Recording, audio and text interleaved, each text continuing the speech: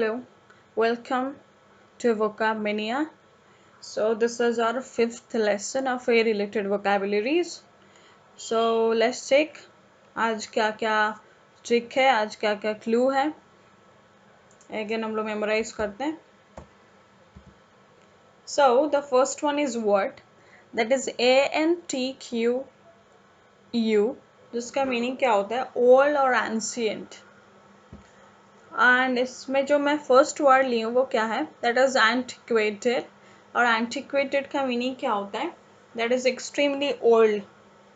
चलो मान लीजिए आपके घर में कुछ ओल्ड फर्नीचर है जो कि दिखने में बहुत ही अच्छा है. So you can say the beautiful antiquated furniture. And specifically antiquated is an adjective actually. Then the next one is word that is antique. Antique ये सब वेरी कॉमन वर्ड, ये आप सुने ही होंगे. दिस लाइक फर्स्ट हम लोग उसका adjective वाला मीनिंग के बारे में बात कर लेते हैं. इसका मीनिंग क्या होता है? Made in earlier times. और इसका अगर नाउन मीनिंग आप देखें तो उसका नाउन मीनिंग क्या हो जाएगा? That is an elderly man और women is said to be also antique. मतलब पुराना, हम लोग बोलते हैं बहुत ही पुराना. Then next one is word that is antiquity. Antiquity का भी also meaning क्या होता है? Extreme oldness. और आप इसका similar antiquated भी बोल सकते हैं, पर डिफरेंस ये हो जाएगा कि वो adjective है और ये noun है. Then next one is antiquarian. Antiquarian is said to be an expert or collector of antiquities. जो ये सारे कलेक्ट करते हैं हम उसको ये बोलेंगे एंटिक्वेरियन. और ज़्यादातर आपको पता ही होगा IAN जो लास्ट में सफिक्स, ये ज़्यादातर कलेक्टर के लिए ही, मतलब जो पर्सन वन हो, लाइक पर्सन वन हो. अब जैसे कि IST is a clue for one who, also IN also clue for one who. Likewise, then next one is word that is antiquate. Antiquate का मीनिंग क्या होता है? मेक ओल्ड फैशन और obsolete, मतलब ये बहुत ही पुराना जो और यूज़ में ही नहीं है. तो आप देखें इसमें कुछ 5 वर्ड्स मैं लिखी हूँ. और ये पांचों वर्ड्स में स्टार्टिंग वाला जो मेरा प्रीफिक्स है वो क्या है? ANTQU. बस आपको ये याद रखना है कि ये से और ANTQU से अगर कुछ वर्ड स्टार्ट होता है तो उसका मीनिंग डायरेक्टली किसके साथ रिलेटेड होना चाहिए? ओल्ड और एंशियंट के साथ ही रिलेटेड होना चाहिए. So remember. So next one is word that is appeal. इसे like ये इजीली आपको याद भी रह सकता है. जिसका मीनिंग क्या होता है? अपील का यू कैन से, जिसका मीनिंग है नेम और कॉल अपन. कॉल अपन के मीनिंग लिटरली क्या होता है? बुलाना. तो लाइक जैसे कि एवरीबडी, सबका जो भी ह्यूमंस है सबका कुछ ना कुछ नाम है. Whatever the things also we are using, जो भी चीज़ें हम अपने लाइक नजर के सराउंडिंग में देखते हैं, like whatever thing you see, वो सारे का कुछ ना कुछ नाम है. तो first one is word that is appellation. Appellation के मीनिंग क्या होता है? नेम और टाइटल. जैसे कि मान लीजिए मैं इसका एक सेंटेंस बोलती हूँ. The city fully justifies its appellation, the pearl of the oriented. मतलब मैं सेंटेंस क्या बोली? सिटी जो है वो कम्प्लीटली जस्टिफाई कर रहा है उसका नाम को, और उसका नाम क्या है ना? The pearl of the Orient. उसका नाम ये है. जैसे कि लाइक नासिक हम उसको ऑरेंज सिटी बोलते हैं, तो यही है. भुवनेश्वर को बोला जाता है टेम्पल सिटी. तो this is said to be appellation, nothing else. So next one is appeal. Appeal को तो आप पता ही होगा, बट ये थोड़ा लाइक मीनिंग यहाँ पर डिफर कर रहा है. ऑनर्स और अर्जेंट रिक्वेस्ट, यहाँ पे रिक्वेस्ट हो जाएगा. But when you are requesting somebody, that means you are going to him also, या लाइक कॉलिंग हिम और टेलिंग योर फैक्ट. सो कुछ रिक्वेस्ट अगर आप करते हो तो ऑल्सो काइंड ऑफ आप उसको बुला के कुछ बोलते हैं, तो आप उस अकॉर्डिंगली याद रखो कॉल अपन के साथ ही रिलेट होगा अगर आप कुछ रिक्वेस्ट करते हो. Then next one is word that is appellant. Appellant is word relating to an appeal. हाँ, लाइक ये ऑल्सो आप उसका नाउन मीनिंग ये भी हो सकता है कि जो अपील करता है उसको अपीलेंट ही बोला जाता है. The next one is word appellate. Appellate means word having the power to hear court appeals. मतलब जो कोर्ट का अपील्स को सुनता है उसको क्या बोला जाएगा? Having the power to hear court appeals is said to be appellate. आप इसमें देखें, इसमें कितना वर्ड्स लिखा है, 4 वर्ड्स लिखे हैं, और ये सारे कहीं ना कहीं किसके साथ रिलेटेड है, APPELL। So let's go ahead, फिर हम लोग और कुछ के बारे में बात करते हैं। एप्ट और इप्ट, आप ऐसे बोल भी सकते हैं, APT या EPT, जिसका मीनिंग क्या होता है, स्किल और एबिलिटी, जिसमें जो फर्स्ट वर्ड है वो क्या है, इनेप्ट।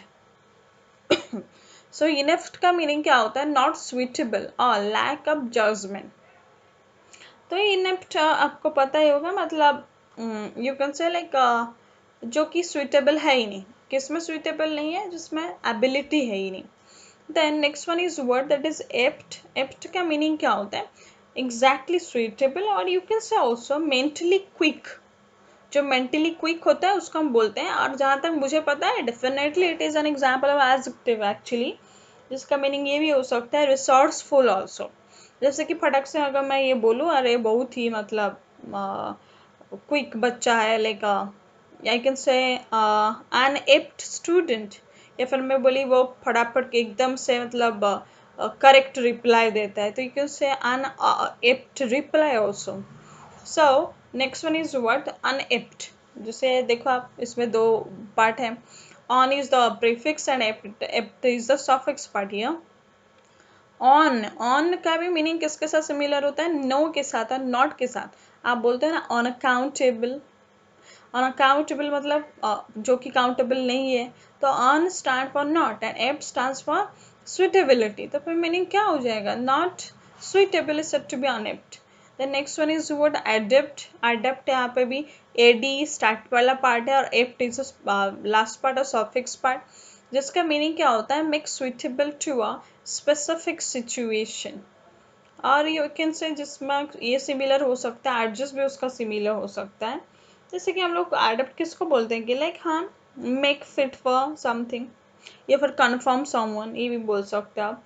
कन्फर्म किसके साथ करेगा, to not a new situation और a kind of different situation. चलो मैं एक सेंटेंस बोल देती हूँ, we must adept to bad economic situation. Then next one is aptitude, and aptitude का मीनिंग क्या होता है, इनहेरिटेंट एबिलिटी। एप्टीट्यूड आप तो वर्बल एप्टीट्यूड बोलते हैं, एप्टीट्यूड का टेस्ट भी देते हैं, तो ये किसका मीनिंग क्या है, इनहेरिटेंट एबिलिटी होता है। सो आप इसमें देखिए कि ये सारे वर्ड में कहीं ना कहीं APT नहीं तो क्या रिलेटेड है, EPT, और आपको बस ये मेमोराइज करना है, ये दोनों अगर कहीं सफिक्स या प्रीफिक्स का काम कर रहा है तो उसका मीनिंग क्या होना चाहिए, skill ability. The next one is AQU या otherwise AQUA, और जिस जो किसके लिए रिलेटेड है, what, और इसको देख के आपके दिमाग में फटक से ये आना चाहिए, एक्वेरियम। एक्वेरियम बोलते हैं, तो aquarium is what, that is tank holding fish और सी प्लांट्स। अब देखे हैं एक्वेरियम बड़ा बड़ा भी रहता है, या फिर कोई कोई अपने घर में भी रखता है। नेक्स्ट वन इज एक्विडक्ट, जिसका मीनिंग क्या होता है, large pipes carry water to large communities, जो सारे में पानी लाइक वाटर प्रोवाइड होता है बड़े बड़े कम्युनिटीज में। Next one is aquatic, again it is very used and very easy and familiar also, relating to things that occur in or on water। Okay, अब बोलते हो aquatic plants भी बोलते हैं हम। Next one is aquifer। aquifer is said to be what, that is the underground rock formation that bears water। या फिर मैं आपको ऐसे भी समझा सकती हूँ, ज़्यादातर मान लीजिए like I am from Orissa, so like we literally we live in village. तो विलेज में क्या है, एक्चुअली हम लोग ज़्यादातर पानी किस में पीते हैं, वाटर वेल से। वाटर वेल होपफुली यू समझ रहे होंगे आप, जहाँ भी हम लाइक वाटर वेल होगा डेफिनेटली उसके नीचे पानी ही होगा। तो ये एक सिचुएशन है, लाइक ऊपर एक प्लेन लेयर रहता है और जिसके नीचे एक वाटर का बेड रहता है, मतलब पानी रहता है, और जिसके लाइक वाटर वेल से उसके हेल्प से हम लोग पानी निकालते हैं और पीते हैं, that is said to be aquifer. सो इसमें देखिए आप क्या क्या लिखा है ना, AQU, एंड ये चारों वर्ड्स किसके साथ रिलेटेड हुआ, वाटर के साथ। So simply just you need to remember the prefix and nothing else, and like just memorize it and it will work out, nothing else.